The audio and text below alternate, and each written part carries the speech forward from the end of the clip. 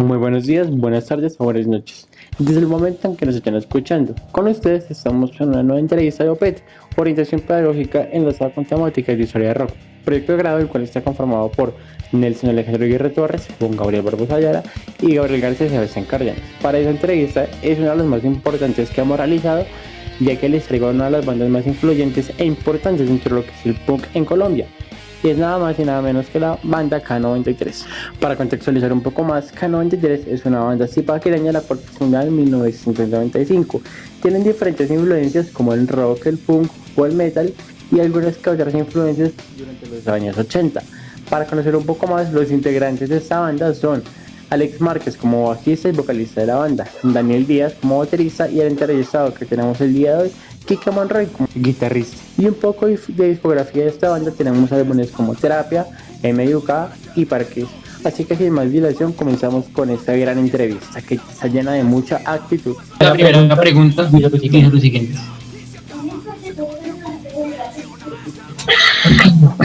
Ok, la primera pregunta es, pues como sabemos y cómo sabemos a lo largo de la historia es que en Colombia, no solo en Colombia, sino en Latinoamérica, el rock siempre se ha visto en diferentes problemas. Y de hecho esto viene en la siguiente pregunta, la cual dice lo siguiente. ¿Cuál ha sido la mayor dificultad que ha enfrentado el rock como movimiento en Colombia? Bueno, pues yo creo que la principal dificultad es que Colombia es un país caribeño. Por ser caribeño, obviamente la música, la primera música a la que todo el mundo y acostumbrada generalmente es la música para el baile, para la fiesta.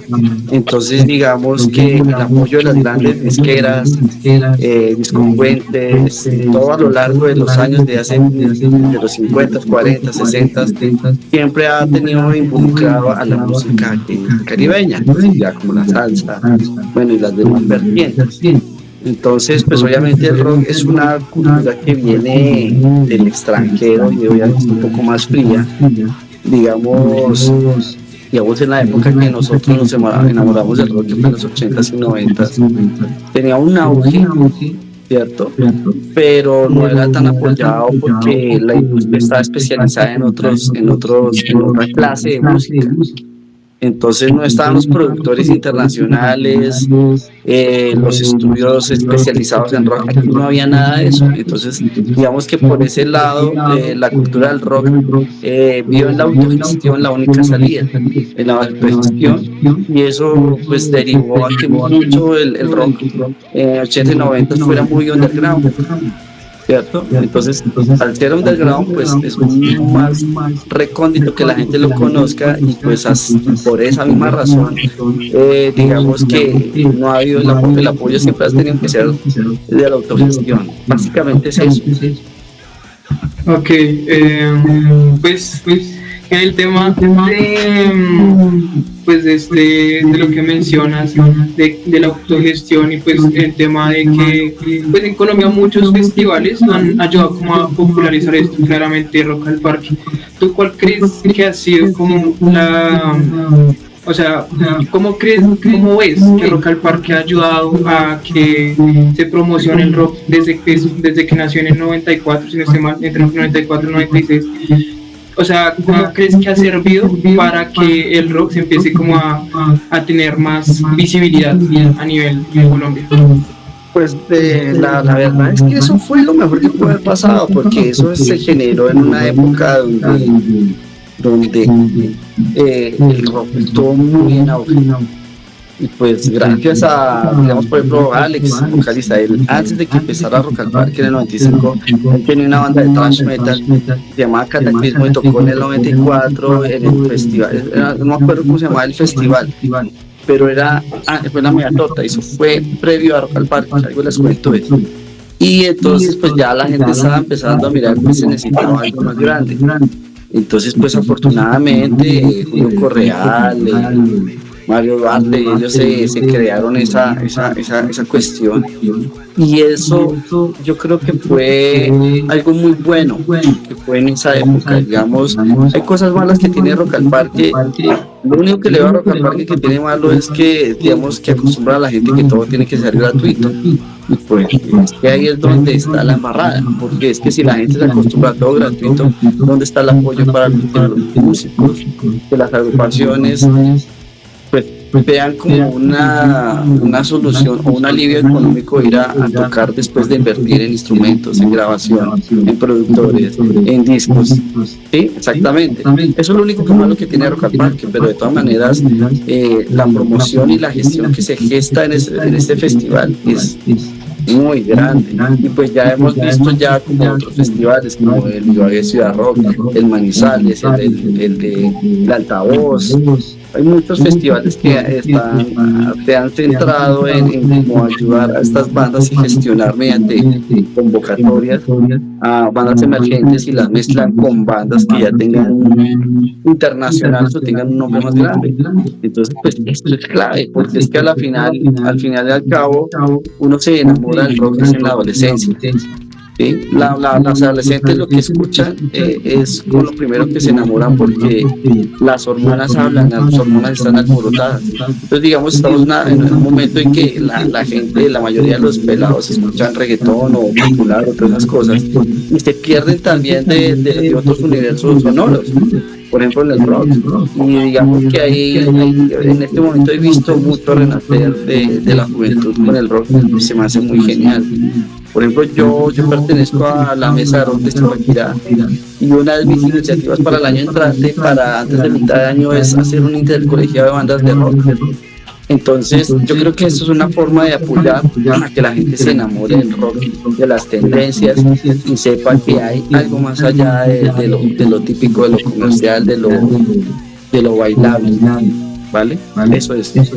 Sí, claro, pues tiene razón, porque por ejemplo, el que el rock en la adolescencia fue porque a mí me impactó, exacto, porque es que yo escucho por mi padre, porque el rock, o sea, es un rock, entre otras bandas. Y otro que tú mencionabas, el de los malos, mira que en una entrevista también en el mismo punto, pues está acostumbrado que era gratuito. Está con una banda, se llama Enui. Ya tocaba el punto de que se acostumbraba que tenía que ser gratis, se dejaba de un lado el impacto que tenía. De hecho, con el impacto viene la siguiente pregunta, la cual dice: ¿crees que entre 1995 y 2000 el rock logró consolidarse como una forma de lucha social dentro de Latinoamérica? Sí, claro, total. O sea, el rock de la mano de agrupaciones como Soda, como Nanitos, como, bueno, todas estas de México, Caifanes, Café Tacuba, Maná, y todo el mundo le parece chistoso, pero es que ellos gestaron un movimiento rock. Miguel Mateos, en Bogotá se realizó una cosa que se llamaba el concierto de conciertos en el 89, que fue prácticamente la locura, porque eso era rock en español. Entonces, ¿qué es lo que gesta esto socialmente? Es encontrar una voz. ¿Por qué? Porque es que hay que tener algo contestatario. No hablemos de política ni de religión, a cualquier cosa que tú no estés de acuerdo, pero que te salga el corazón. Entonces, algo que sea contestatario es sinónimo. Siempre ha sido sinónimo de los 50, 60, Woodstock, los hippies. Entonces llegaron los que no le caían mal los hippies y los devolvieron los metaleros. Bueno, un poco de siempre es la contestación a algo.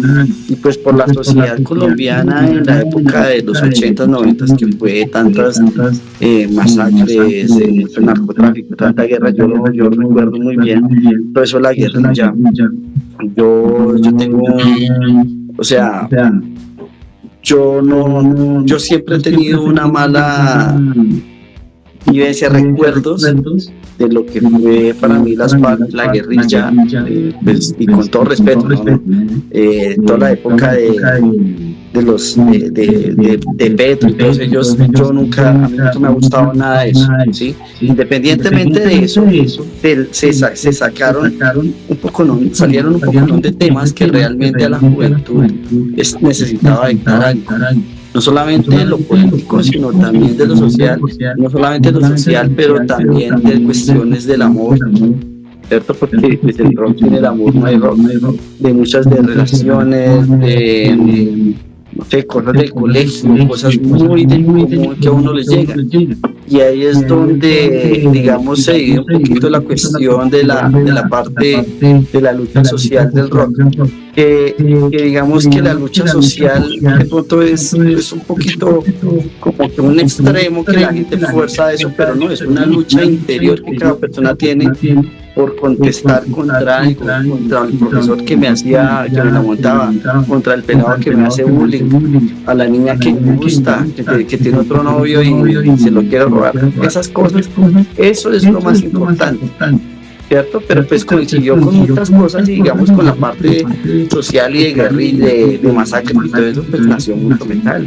Yo estuve muy metido en todos los 90s en lo que fue la escena death metal y black metal, como después del 95 a los 2002 estuve en mucho movimiento de eso, pero ya por la parte mística, porque nosotros vivíamos también no solamente la parte social, sino también de la parte mística, porque un gran amigo mío se escribía con Bull Metal de Medellín, que a su vez se escribía con el Círculo de Noruega, y nos mandaban música, y toda esa música, todo ese círculo del satanismo, del black metal, de las bandas de Grecia, el Círculo de Grecia, todo eso influenció de una manera grandísima a la escena metal y underground de Colombia, que no solamente ya era la parte social de lo que estaba pasando en el país, sino una parte mística, digamos, contra la religión, el paganismo, del anticristianismo, y a eso hay también un montón, porque no solamente es la política, es la parte religiosa y mística de lo que significa ser el ser humano. Y pues ya por el lado metálico, pues ya tú sabes que por el lado del punk, pues ya hay una contestación ya un poco más contra el sistema, que nació influenciando como cosas en contra del sistema, pero que en mi punto personal creo que ha llevado a muchos extremos, porque digamos entonces el punkero que no es de izquierda no es punkero, no, al contrario.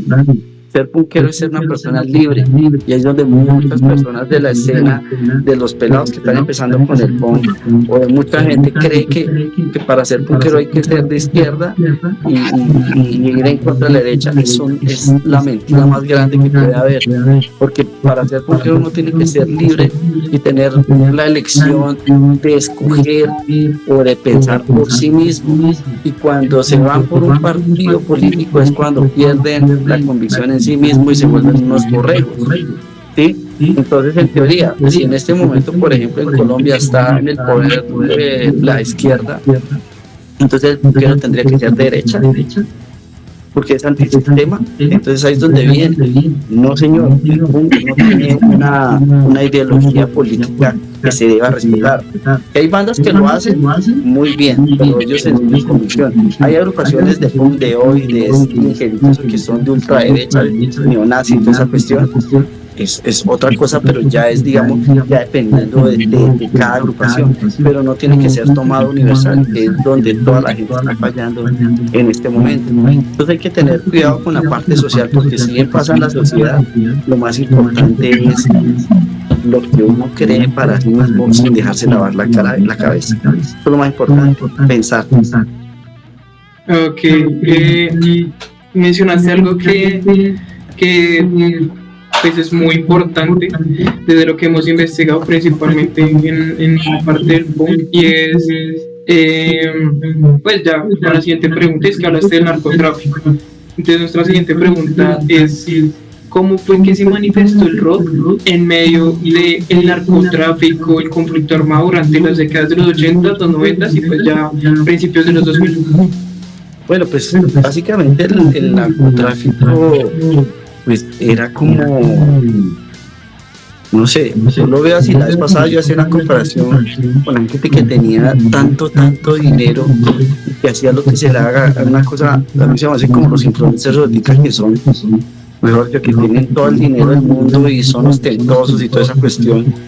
El narcotráfico como tal fue algo paralelo, pero de todas maneras la sociedad está cansada de todas esas cosas, de lo que produjo el narcotráfico, que fue mucha guerra. Entonces el resultado es mucho rock, mucha contestación de otros políticos, nuevos partidos políticos, posiciones religiosas, pero en los 80s digamos que no, o sea, no era porque era narcotráfico entonces yo me voy a hacer una banda, no, simplemente porque te decía, es un gusto musical que uno, por ejemplo Héctor, el de los Aterciopelados, él fue el que creó la pestilencia en Bogotá en los 80.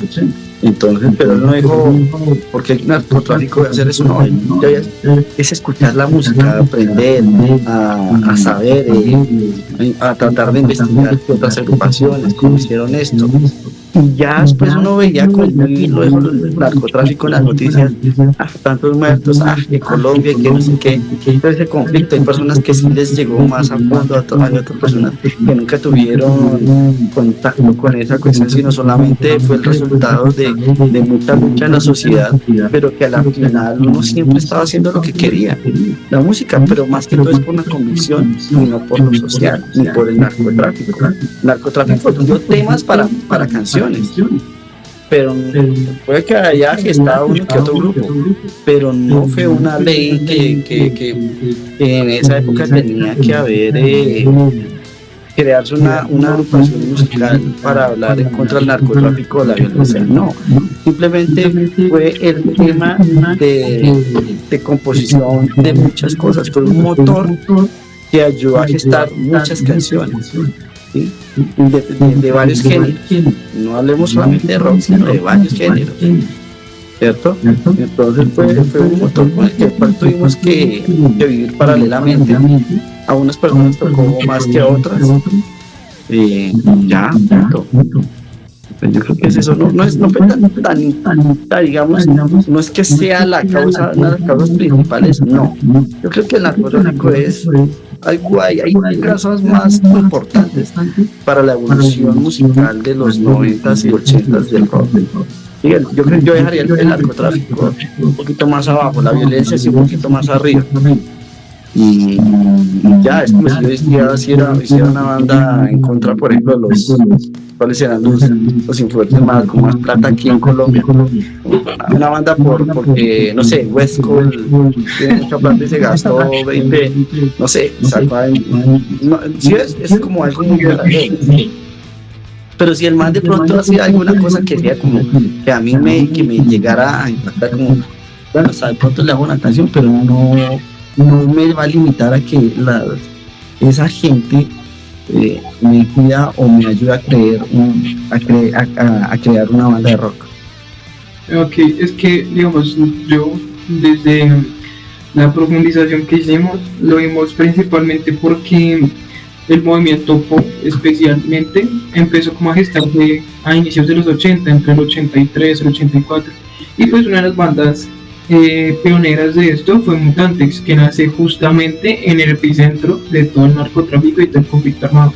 Pero lo que dices tiene mucha razón en el sentido de no a todo el mundo, es que vemos como generalmente el narcotráfico como a nivel Colombia, pero habían unas zonas del país en las que sí se llegaba a afectar, porque son noticias que afectan a todo el país en general, pero no directamente. Entonces ese es un punto de vista muy interesante lo que dices de que claro, no es importante. Y te aseguro que Mutantex no hizo canciones porque estaba cansado del narcotráfico, no. Ramiro Meneses, él hizo las canciones y todo eso porque tenía un gran compañerismo con el man y las cosas que vivían era una chimba y le cantaron así supiera, tenían la música en la cabeza. Y pues digamos en la sociedad de Medellín, pues sí, ahí hay cosas de y amigos que también estuvieron con el narcotráfico, con el sicariato, o unos estaban deprimidos, o se suicidaban, o no sé qué. Para todo eso fue un motor que ayudó a gestar ciertos comportamientos en la sociedad, pero pues digamos es que ellos empezaron a escuchar también música porque venían de otro lado. Estamos hablando de Europa, y en Europa no estuviera, digamos, habían otros temas, ¿sí? En el Reino Unido también. Entonces fue como, esta está una chiva, como para salirse un poquito del común de lo que está pasando, como un escape.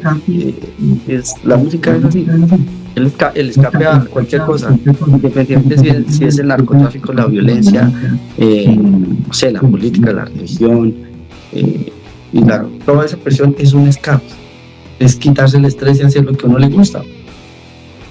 Exacto, la música como forma de liberación es impactante lo que trata eso. Y creo que se puede conectar con la siguiente pregunta, pues ya pasando más al contexto mexicano.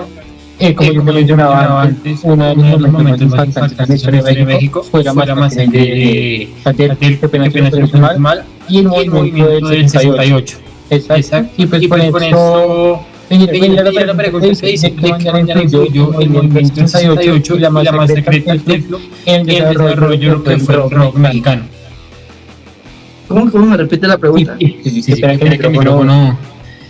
Vale, entonces, esa pregunta es lo siguiente: ¿de qué manera influyeron el movimiento del 68 y la masacre de Tlatelolco en el desarrollo del rock mexicano? Pues mi hermano, yo la verdad no soy quien para decirte que cómo le influyó, porque es que yo a pesar de que conozco algo de la música mexicana y sé que, por ejemplo, en el Chopo fue donde se gestó mucho punk y toda esa cuestión, pues yo creo que es algo similar, ¿no? Es algo similar a lo que pasó acá. Pues digamos que la gente estaba cansada de algo y gestó esto, ¿no? Gestó muchas agrupaciones y el Chopo se volvió un referente mundial casi de lo que es esta cultura de mucha música, pero porque empezamos a hablar de cosas de música, no específicamente de varios sucesos, o por ejemplo si aquí te hablara del Palacio, de la toma la toma del Palacio de Justicia o esas cosas, pues fueron hechos que pasaron, pero realmente que hayan gestado toda una generación y se hayan influido en eso, yo creo que no es así. De pronto una que otra persona que lo vivieron sí tendrán rabia y lo recordarán con algo y tendrán algo que decir, pero con tal de que haya gestado un movimiento así súper grande de música que esté ahí súper, mejor dicho, peleando por lo mismo, yo creo que no. Porque es que eso no se trata del rock, la verdad. O sea, digamos, desde mi punto de vista es eso, o sea, no trata de eso.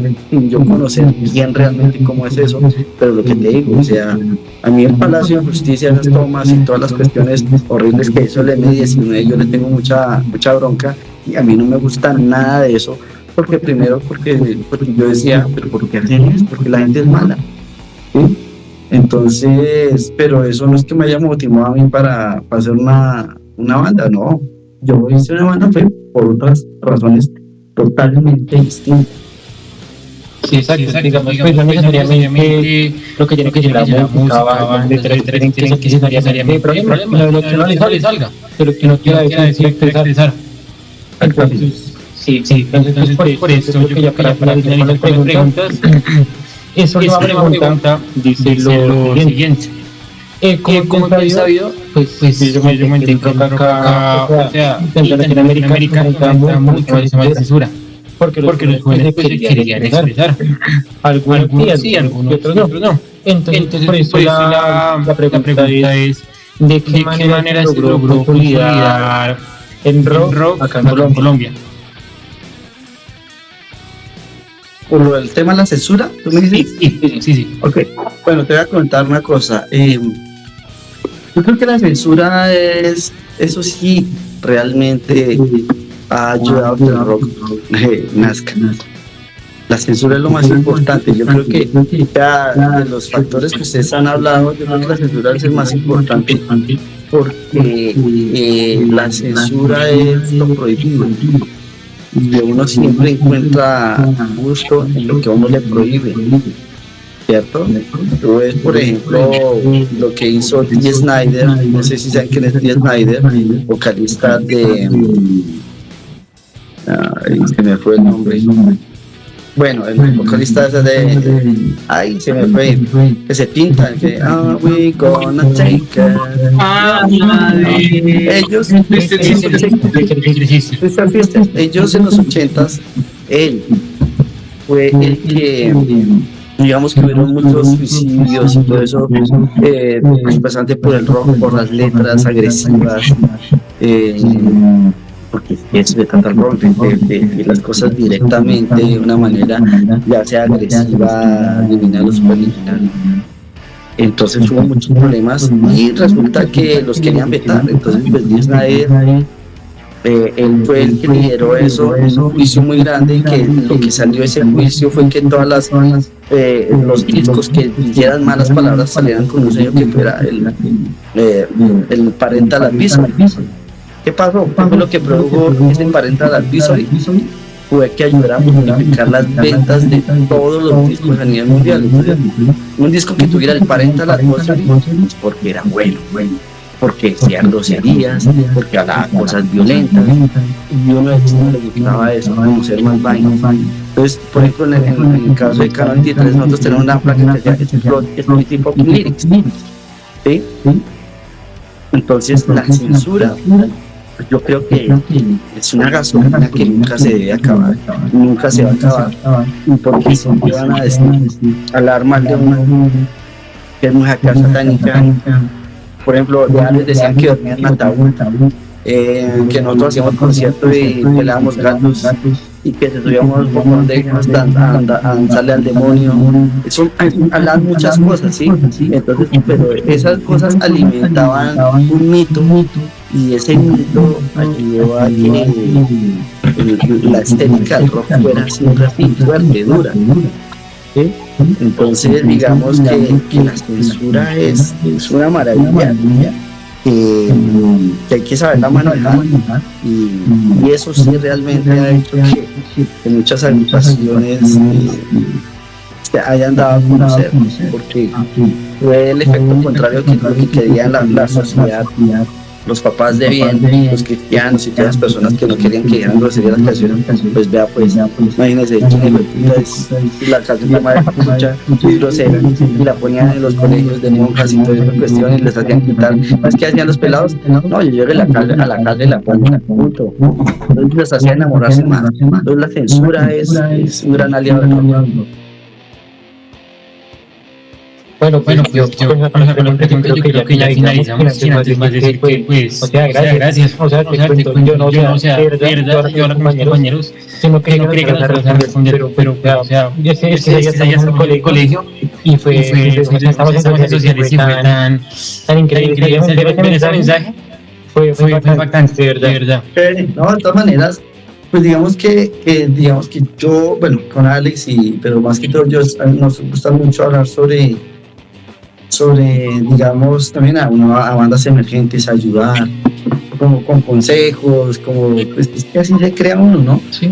El conocimiento que uno tiene es chévere darlo para que surja algo más. Y hay personas que, pues obviamente, no se las saben todas, y si uno puede dar un poquito, un granito de arena como para mejorar un punto de vista, o para mejorar algo sobre una agrupación, sobre grabación y todo eso, pues es bacano, nos gusta como eso. Y nada, muchas veces apenas yo como vi eso, pues yo dije, genial, está chévere, bacano, y espero que me haya entendido eso. Pues algo que se olvidó especificar a Nelson es que se terminó la ronda de preguntas, pero sí como que nos gustaría ver si podemos charlar un poco más, pues ya no tan académicamente, sino ya temas ya que nos da curiosidad hablar con ustedes. Claro, cuéntame. Pues la primera duda que yo tengo es, o sea, según he visto, pues ustedes K93 se formó fue en el 96, ¿no? Sí, vamos, pues eso nació en un colegio en el 95, la verdad, pero no era así el qué grupo, sino que pues ellos eran pues así de colegio. Entonces, o sea, ¿cómo fue el camino que hicieron? Porque si no estoy mal, bueno, en Spotify, en la mayoría de así de redes aparece que su primer álbum fue Terapia, ¿no? En el 2002 más o menos. O sea, antes de Terapia, bueno, ¿cómo fue el camino desde la creación de K93 en el 96 hasta el lanzamiento de Terapia? Bueno, el primer álbum ya oficial de ustedes.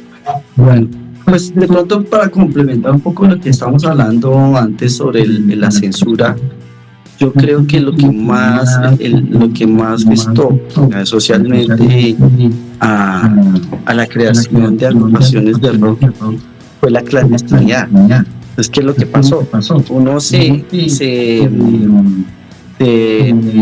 Uno en esa época, lo que te decía, uno conseguía los discos, los acetatos en la 19, entonces eso era como muy hermético, como fue madre, qué chévere esto, este disco es el único que hay en Colombia.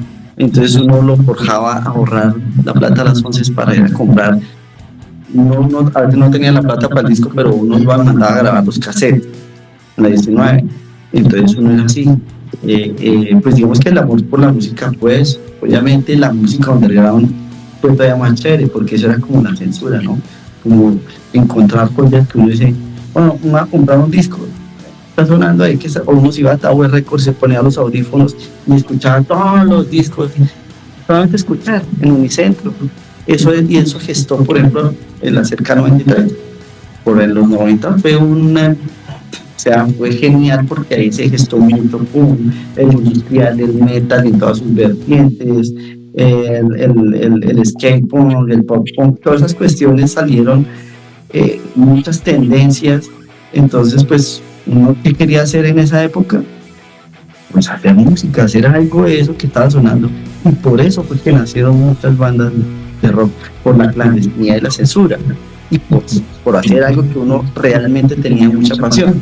Entonces, claro, así pasó. O sea, fue el Jairo Altalero, que él está en Europa, y el Jair Guerrero, ellos hicieron una banda, pero digamos que al principio fue solo una que hacía muchos covers. Sí, yo me acuerdo que alguna vez los invitamos a un toque y ellos tocaban una canción de Megadeth, tocaban Iron Man y tocaban unas de punk, pero así no, el punk podrido que uno le decía. Mientras tanto, Alex tenía su banda de Cataclismo, yo tenía una que se llamaba Golgotha de Death Metal, que hizo en el 97, y eso fue como toda la Sabana Centro empezó, y Bogotá mucho metal, porque fue mucho metal, pero la cuestión que tenía el metal es que era muy frío, había mucho radicalismo, como todo, ¿no? Antes eran muy radicales, todo tiene una época, pero entonces digamos que en ese radicalismo Alex creyó que era muy triste para él quería algo divertido, y por eso la banda que tenía Jairo, que después se le puso K93, fue lo que le iba a salvar de dejar sentirse tan triste y tan feliz muchas cosas, porque le gustó eso.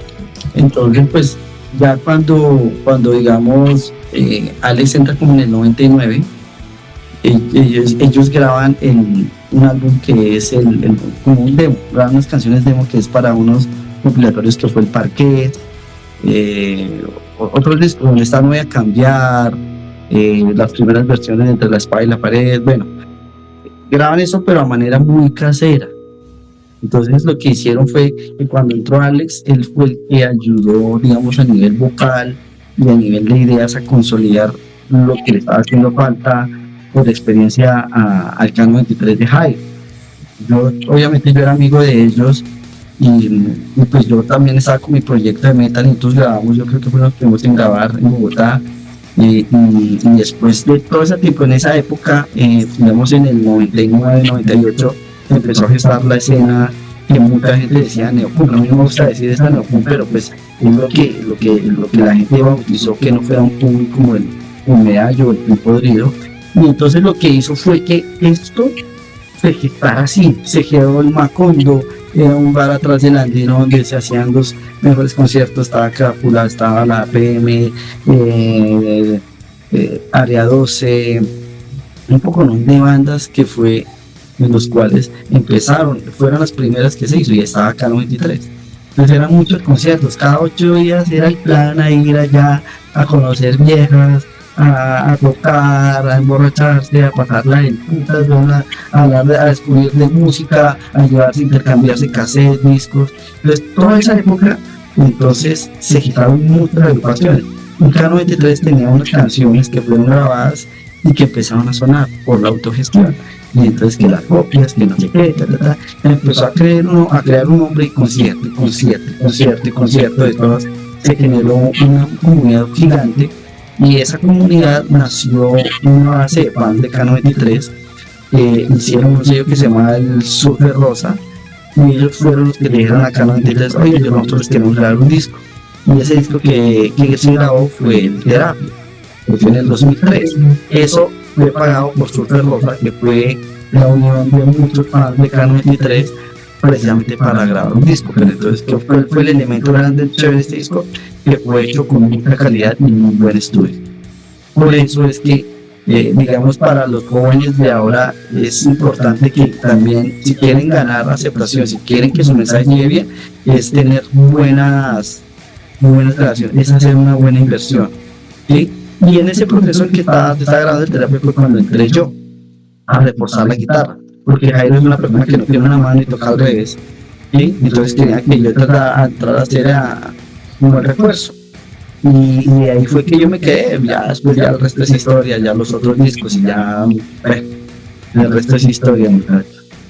¿Y tú sabes por qué le colocaron a la banda K93? ¿Qué Sí, claro, nosotros estamos haciendo un concierto acá en Zipaquirá, y resulta que K93, vivían en un barrio se llama Las Villas, y Jairo con el baterista ensayaban ahí en el cuarto de Jairo, y Jairo dormía con el hermano, tenían camas ahí, pero el hermano estudiaba algo de aeronáutica y tenía cosas a escala, y tenía una avioneta a escala, y la placa de la avioneta era HK093. Ellos ensayaban todo lo de K93, todas las primeras canciones, las primeras que nunca salieron a esto, siempre veían esa avioneta. Y cuando nosotros le dijimos, Jairo, Mónica, ¿cómo le ponemos a la banda para que toque? Vengan y tocan. Vamos a tocar, vienen las bandas de Chía, viene Chaken, viene Hellfish, viene no sé qué, Entonces, pero ese me parece un nombre, y lo ponemos en el playa. Y esperen, no sé, a cualquier nombre. Y entonces fue cuando él dijo, no, pues pongámosle HK093, pero Jair dijo, no, quitémosle la H y el 0 para que quede más fácil de recordar. Y ya, eso fue. Sí, es que de hecho, mira, por ejemplo, o sea, yo me enteré eso y quedé de la duda. Yo ayer estaba en un bus, yo estaba pues en medio del trancón, y me éramos respuesta por Instagram. Yo estaba hablando sobre K93 y me encontré un video de la historia de la banda. Yo tengo que preguntar eso, de la duda. Y ya me parece increíble, la verdad. Sí, claro. Le metíamos mucho misticismo. Es que fue una avioneta que Pablo Escobar por un cargamento, pero eso era para meter vaina, o sea, lo que te digo, para meter censura, para meter algo prohibido, que la gente dijera, uy, hijo de guacha. Pero nada, esa fue la historia real, es eso, una avioneta de escala. Pero, o sea, te das cuenta de que muchos nombres de bandas nacen de maneras muy improvisadas, muy random, claro, hay unos que son bien estudiados. Porque, digamos, me hace acordar el nombre de Isis, que mucha gente le dio el misticismo de antes de Cristo, después de Cristo, y resultaba que era solo el nombre de la máquina de coser de la constelación. Exactamente. Entonces, pero lo que te digo, ¿sí ves? O sea, lo que realmente hace es como el misticismo, como el underground, como la censura. Eso es lo que realmente ha hecho surgir el rock. No, sí, de hecho, uno de los puntos que me encanta bastante, que he hecho ayudar con mis compañeros de descubrir cosas nuevas. Y bueno, algo que yo siempre he hablado con Barbuda es que me encanta y la época que he vivido en el nacimiento del rock, de un punto de estar en lugares descubriendo discos nuevos, me parece increíble en esos momentos. Actualmente, pues, yo soy mi compañero que yo descubro bandas nuevas de diferentes géneros. O sea, en mi caso, como yo descubrí el rock, fue por mi papá. Porque se lo escuchaba Guns N' Roses, entonces era muy apegado a esa línea. Y la primera canción que yo escuché, por así decirlo, entre comillas, de rock fue Aerosmith. La que hizo con el grupo de raperos, esa fue la primera que yo escuché. Y ya mucho tiempo más allá me metí en el descubrir cosas nuevas.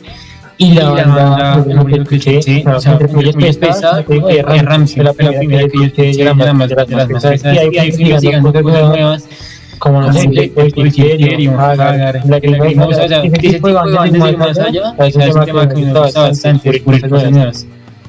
Ok, chévere. Sí, eso es así. Uno empieza con algo, después empieza a encontrar como su ruta y como sus tendencias que más le lleguen y le gusten, ¿no? Yo tengo una duda y es ¿en qué momento K93 se da cuenta de que son una banda ya mucho más grande de más grande en underground? Porque pues si hablamos de punk en Colombia, K93 entra en top 5, top 10. Pues digo que la verdad es que eso no lo sabemos bien, porque eso se fue dando por la consecutividad, por la perseverancia, y yo creo que gracias a esas cosas, y pues obviamente tener buenas canciones, ¿no? Meterle la ficha, ser juiciosos, eso da resultados en algún momento. Entonces yo creo que eso es lo más importante, ser consecuente, ser juicioso, meterle, invertir, la autogestión es así. Y realmente pues siempre nos consideramos que nos daba piedra que muchas agrupaciones se acabaran, otras nacieran. Entonces eso es lo que hacía, era interrumpir procesos. Nosotros no interrumpimos el proceso, y gracias a eso, a no interrumpir ese proceso, fue que creamos una base, una comunidad más grande, que nos fuimos dando poco a poco cuenta. Sí, en el 2007, chévere, en el 2010 en Rock al Parque, wow, genial. Dijimos, bueno, somos los únicos de la escena de rock de las que nosotros conocíamos que tocamos. Y ya después en el Diarro Colombia, cuando Don Teto nos dice, marica, es que ustedes fueron una influencia a nosotros, marica, cada vez ha sido como más cosas chéveres.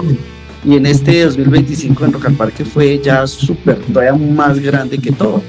Entonces yo digo que eso es gracias, nos hemos dado cuenta poco a poco, pero no la creemos, sino nos tocó verla para creerla realmente. Entonces, no, básicamente es eso, mi hermano, es básicamente eso, o sea, no la creíamos, pero es ser juicioso y no abandonar los procesos. ¿Sabes qué es lo más curioso que he analizado? Pues que K93 se empezó a popularizar mucho, ponle que desde que empezaba al tema del encierro, porque yo sinceramente conocí K93 fue porque un tiktoker famoso llamado Juanda, en uno de sus videos, colocó la canción la de China de puta, y claro, uno la escucha, al principio uno dice lo que tú dices, dice una vulgaridad de una, entonces uno va a escucharla y uno se queda enganchado. Y yo sinceramente yo empecé a ver que ustedes eran más allá que una banda así de decir groserías. Fue cuando escuché Terapia en Spotify, y escuché que después de China de puta va al final, que es una canción romántica así súper bonita, y fue muy raro porque fue escuchar una canción que literal está hijoputeando a una mujer, a otra donde le está hablando desde el corazón, todo bonito. Entonces eso me hace ver como que K93 es una banda que no solo hace un tipo de música, sino que puede como variar su estilo. Exactamente, y por eso es que nosotros solamente sonamos a K93, ¿sí? Entonces nosotros no es que nos queremos parecer a determinadas bandas, y ese es el error de muchas bandas que quieren copiar a otras bandas, y ese es el gran error que nosotros no quisimos hacer, punto. Nosotros es una mezcla, un sancocho de muchas influencias que teníamos nosotros, y eso fue como una unión bacana que se dio en determinado tiempo. Sí, muchachos. No, claro, es que por ejemplo este viaje en mi caso de K93 fue con la canción, si no me equivoco, Juegos Violentos. porque sea porque como sea como yo soy mucho de mucho de descubrir cosas nuevas. y en el Y en momento el momento estaba buscando rock, punk, salsa incluso, y me hicieron y me hicieron una canción, esa canción de ustedes. o sea, para mí Es fue un momento, ¿cómo decirlo? Increíble, y no más el hecho de verlos en Rock al Parque esa tocando esa canción. y en el Y en el momento que no momento, si no mal recuerdo, recuerdo, la que la que tocaron tocaron la de Slayer, Slayer, que que mis eran mis bandas, bandas, la que tienen mi mi nombre, es es increíble. Sí. Sí. Sí, claro, chévere, chévere todo eso. Sí, eso fue Steve Ray, una influencia de nosotros de muchísimos años, muchísimos años. Yo sí he analizado mucho su discografía, o sea, sí me meto mucho a analizar cada canción. Hay una canción que me gusta mucho y me gustaría saber si la letra de la canción es de una historia de ustedes y si es, pues contar todo. Y es que hay una canción que la disparan, donde cuentan como pues, Mira, todas las canciones de K93 son cuestiones personales y algo que nos toca. Y con esto damos por finalizada la entrevista número 4 de Opet. Esperamos haya sido de su agrado y nos veremos en otra ocasión.